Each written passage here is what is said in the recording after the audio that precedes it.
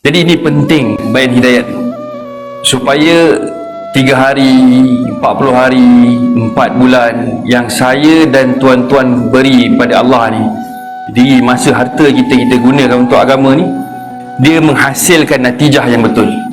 Ramai orang keluar 3 hari, tapi balik sama je. Lebih lagi kita yang berada pada zaman-zaman yang hujung. Kata ulama, tidak akan berlalu zaman demi zaman, melainkan ianya akan semakin buruk dan semakin buruk. Jadi tuan-tuan, satu benda yang kena ada dalam hati saya dan tuan-tuan, bahawa usaha agama ni adalah satu perkara yang begitu suci dan murni, begitu besar, sehingga kan Allah SWT pilih 124,000 orang Nabi dihantar untuk maksud kerja ni. Yang boleh menjalankan dakwah sebelum Nabi SAW di zaman-zaman sebelum adalah Nabi-Nabi. Picture ataupun gambaran saya dan tuan-tuan pada dunia ni akan berubah kalau kita buat kerja ni dengan tertib yang betul.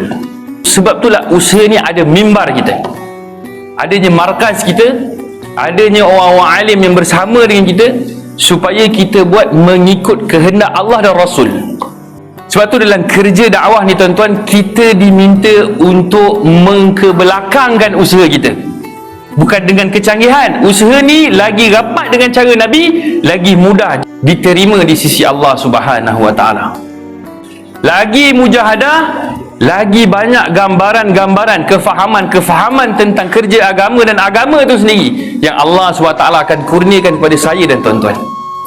Jadi kita keluar 3 hari ni tuan-tuan, kita dah korbankan masa kita, dan dalam pengorbanan kita itu ada lagi pengorbanan yang lain.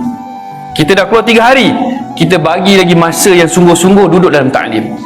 Nanti boleh muzakarah dengan orang-orang yang dah keluar 40 hari, 4 bulan, macam mana adab duduk dalam taklim. Dengan kita dah lepak sampai 2-3 pagi, jadi kita duduk dalam bayan subuh pun dah terhoyong hayang duduk bayan subuh kan. Masa yang kita bagi untuk amal bukan masa yang berkualiti. Jadi kita usaha sungguh-sungguh untuk belajar tidur paling awal. Kita tidur awal, kita dapat bangun awal. Usaha atas muka bumi ni tuan-tuan, yang tuan-tuan akan keluar gas, jumpa orang, kalau orang sambut, alhamdulillah.